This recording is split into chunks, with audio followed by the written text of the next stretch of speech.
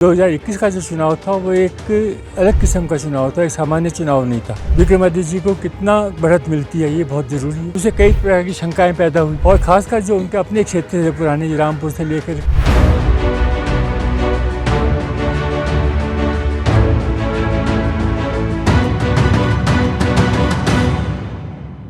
नमस्कार, आप देख रहे हैं एबीपी लाइव और मैं हूं आपके साथ अंकुश डोभाल। यूं तो पल पल की अपडेट्स के लिए आप एबीपी लाइव के साथ जुड़े रहते हैं, लेकिन आज जो कुछ हो रहा है उस पर अतीत का असर होता है।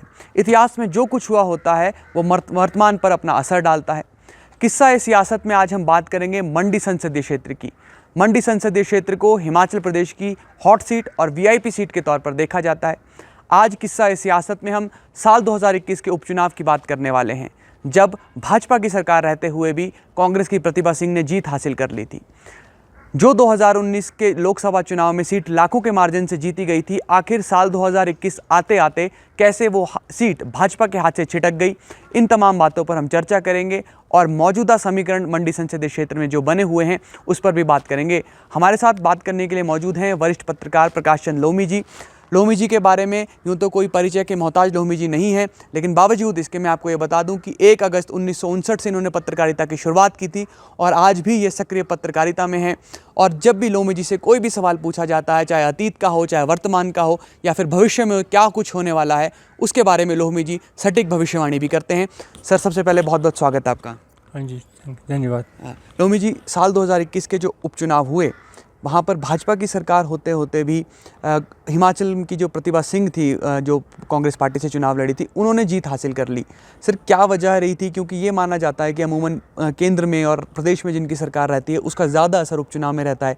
बावजूद इसके क्या वजह रही थी ऐसी कि 2021 के उपचुनाव में प्रतिभा सिंह ने जीत हासिल कर ली? देखिए, वैसे तो ये माना जाता है कि जिस पार्टी की सरकार हो उसके जो प्रत्याशी हैं वो चुनाव में जीतते हैं, लेकिन इसमें अपवाद भी हैं कुछ। और जो 2021 का जो चुनाव था वो एक अलग किस्म का चुनाव था, एक सामान्य चुनाव नहीं था। एक तो वो एक उपचुनाव था और दूसरा उससे कुछ समय पहले ही श्री वीरभद्र सिंह जी की जो मृत्यु हुई थी उसके कारण बहुत बड़ी सहानुभूति की एक लहर थी और सहानुभूति की लहर चल रही थी। जिस समय चुनाव हुआ तो लोगों ने जो उनके 6 बार मुख्यमंत्री रहे और उनका अपना बड़ा एक कद था और उसके नाम पर जो प्रतिभा सिंह जी हैं उनको उसका बहुत लाभ हुआ जी। और ख़ासकर जो उनके अपने क्षेत्र थे पुराने रामपुर से लेकर के और जो ट्राइबल क्षेत्र कुल्लू का क्षेत्र था, उसमें उनको भारी बढ़त मिली जी सीटों में।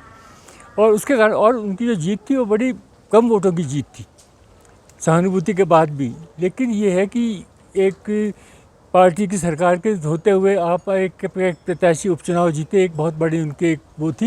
लेकिन मुख्य कारण इसका ये था कि उनके लिए बहुत भारी सहानुभूति थी। ऐसे वीरभद्र सिंह का जो कद था राजनीति में वो बहुत बड़ा था, तो क्या ये वजह माने, क्योंकि मृत्यु तो रामस्वरूप शर्मा जी की भी हुई थी कुछ वक्त पहले और वीरभद्र सिंह की भी मृत्यु हुई थी जुलाई 2021 में, तो दोनों मृत्यु भाजपा कैंडिडेट की भी और जो कांग्रेस से थे वीरभद्र सिंह उनकी भी, फिर भी बावजूद इसके वीरभद्र सिंह के साथ ज़्यादा सहानुभूति की क्या वजह माने हम? क्योंकि जो उन दोनों का कोई तुलना नहीं है जी। वीरभद्र सिंह जी और रामस्वरूप शर्मा की कोई तुलना नहीं है। वीरभद्र सिंह एक बड़े कद्दावर नेता थे, 6 बार मुख्यमंत्री रहे, 5 बार संसद के सदस्य रहे, केंद्र में मंत्री रहे। और रामस्वरूप शर्मा जो थे उनकी जो मृत्यु की जो परिस्थितियाँ थी उससे कई प्रकार की शंकाएँ पैदा हुई जी। और अभी तक ये पता नहीं चला कि उन्होंने मृत्यु की, उन्होंने अपनी खुदकशी की, आत्महत्या की या किसी और वजह से उनकी हद हुई। तो उनका जो मृत्यु के कारण जो उनको वो मिलना था लाभ, वो नहीं मिल पाया जी। और उसका जो सारा लाभ था वो जो वीरभद्र सिंह थे उनकी मृत्यु की जो उसी दौरान हुई थी, उनकी जो सहानुभूति थी उनके लिए, उससे जो कांग्रेस के प्रत्याशी थे उनको बहुत लाभ हुआ। और क्योंकि कांग्रेस के प्रत्याशी उनकी पत्नी थी तो स्वाभाविक है वो सहानुभूति का सबसे ज़्यादा लाभ जो था उनको होना था और वो हुआ। शायद ये कांग्रेस पार्टी का एक बेहतरीन स्टेप भी था, एक अच्छा फैसला भी था कि वीरभद्र सिंह जी की मृत्यु के बाद उनकी धर्मपत्नी को ही प्रत्याशी बनाया जाए।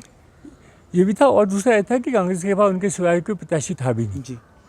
कांग्रेस के बाद कोई भी ऐसा प्रत्याशी नहीं था जो उस समय की जो हालात थे उसमें चुनाव लड़ता और चुनाव जीतता।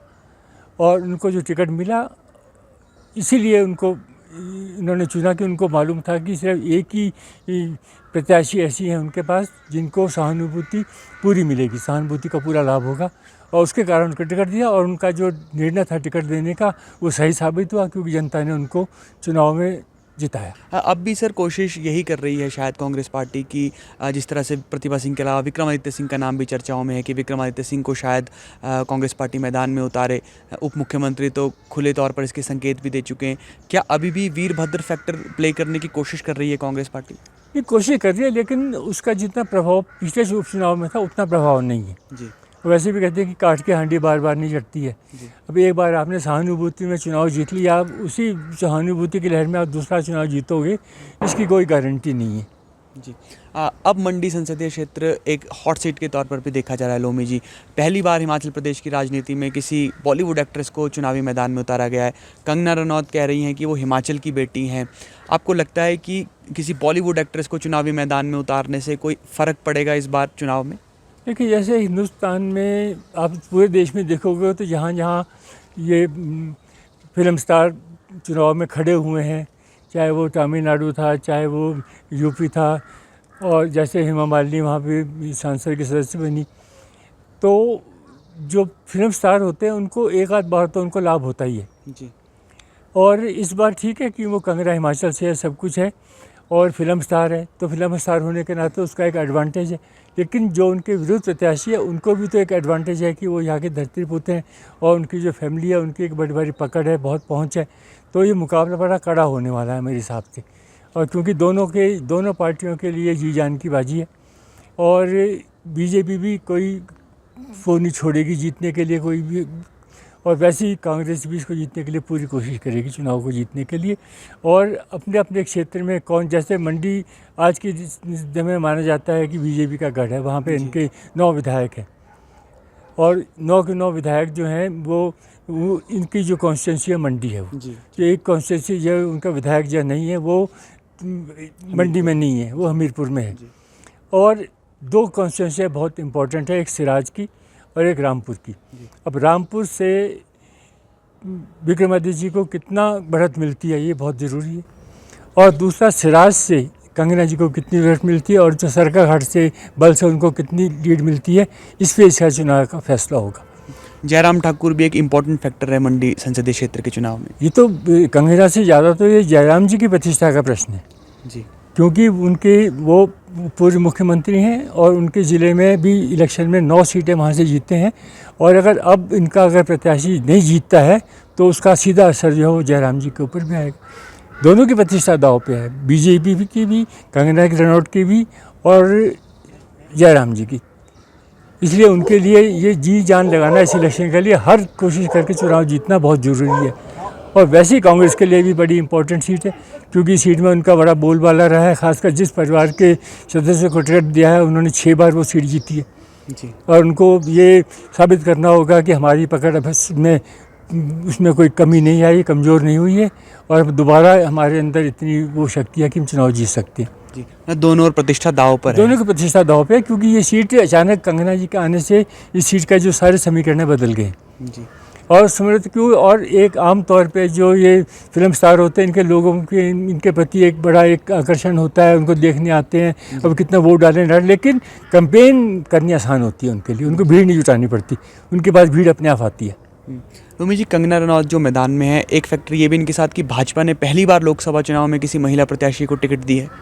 ये महिला प्रत्याशी को उनके क्यों बीजेपी को लगा कि उनके पास कंगना रनौत से अच्छा कोई प्रत्याशी नहीं है, और ये बार बार कहते हैं महिला को प्राथमिकता है। इन्होंने अपने 2 पर्पज़ सिद्ध किए हैं, एक तो उनको एक बड़ा सशक्त प्रत्याशी मिल गया, दूसरी एक महिला प्रत्याशी मिल गई है। तो दोनों चीज़ें हैं जो बीजेपी को एक ही तीर से 2 निशाने करने का मौका मिला है इसमें। जी, लोमी जी, आप बता रहे थे पहले इस बातचीत से पहले कि पहले के जो चुनाव होते थे बहुत कम खर्च, मामूली खर्चे, चंद हज़ार रुपयों का होता था, अब करोड़ों रुपए खर्च चुनाव में होते हैं।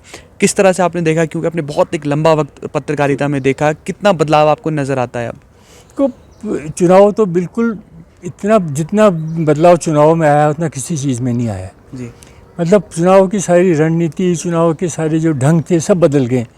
पुराने ज़माने में जो कार्यकर्ता होते थे उनके सिर पर चुनाव लड़ते थे, अब चुनाव में जो पैसे का असर है, चुनाव में जो आपका साधन है उनका असर है, वो बहुत इम्पोर्टेंट होगी। और ख़ासकर सोशल मीडिया के आने के बाद तो चुनाव लड़ना और भी कठिन हो गया। और जिन पार्टी के पास पैसा है, उनके पास मोबिलिटी है, वो जनता तक पहुंच सकते हैं। और जिनके पास चुनाव नहीं है, अगर कोई आम आदमी चाहे वो कितना भी कैपेबल कैंडिडेट हो, अगर उसके पास साधन नहीं है तो चुनाव लड़ना उसके लिए आसान नहीं है। और क्योंकि आप धन जो है, पैसे के बिना चुनाव लड़ना किसी भी हालत में संभव ही नहीं। अगर आप समझे कि आप बिना पैसे के चुनाव लड़के, जैसे पुराने ज़माने में लोग होते थे, उनकी इतनी पब्लिक में उनकी पकड़ होती थी कि वो बिना पैसे के भी जहाँ जाते थे उनके साथ लोग आते थे, अच्छे अच्छे ऑडिटर होते थे बोलने, चुनाव लड़ने वाले। अब तो जो भाषणों का स्तर है वो भी इतना नीचा हो गया है। अब आज के और आज से जो 1977 के बाद से ये गिरावट आनी शुरू हुई थी और उसके बाद से लगातार जो स्तर गिरता जा रहा है।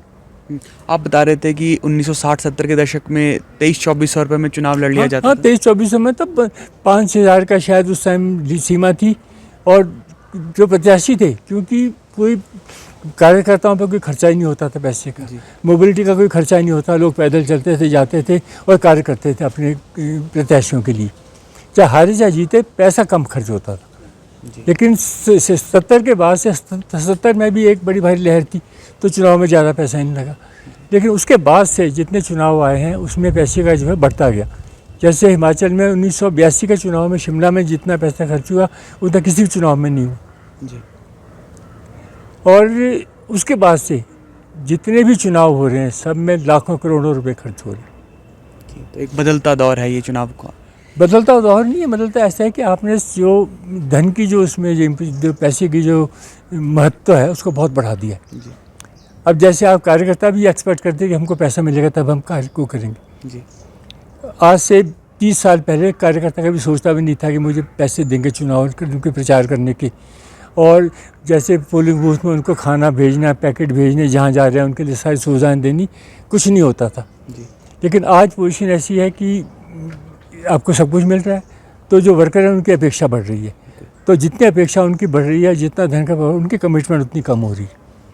वरना पार्टियां 5 साल लगातार प्रचार कर रही है, उसके बाद भी उनको बोलते हैं हम आप पार्टी को मजबूत कर रहे हैं। कितना मजबूत करना है आप? जी। सर, आपने समय दिया, आपका बहुत बहुत धन्यवाद। Thank you. प्रकाश चंद लोहमी जी, 55 साल का सक्रिय पत्रकारिता का अनुभव। आपने सुना कि कैसे धीरे धीरे जो चुनाव में बदलाव है वो आता चला गया। चंद हज़ार रुपए में लड़े जाने वाला चुनाव अब लाखों करोड़ों रुपए तक आ पहुंचा है। मंडी संसदीय क्षेत्र की हमने बात की और मंडी संसदीय क्षेत्र हिमाचल प्रदेश की हॉट सीट है। न सिर्फ प्रदेश के लोगों की बल्कि पूरे देश के लोगों की नज़र इस मंडी संसदीय क्षेत्र पर है। और एक खास बात लोहमी जी ने ये कही कि जो प्रतिष्ठा है वो दोनों तरफ की दाव पर है, कांग्रेस की भी और भाजपा की भी। जो वोट पड़ेगा उसके बाद जब नतीजे आएंगे तो पता चलेगा कि जो किसकी प्रतिष्ठा है वो मंडी में बरकरार है। फिलहाल के लिए इतना ही। आप जुड़े रहिए एबीपी लाइव के साथ।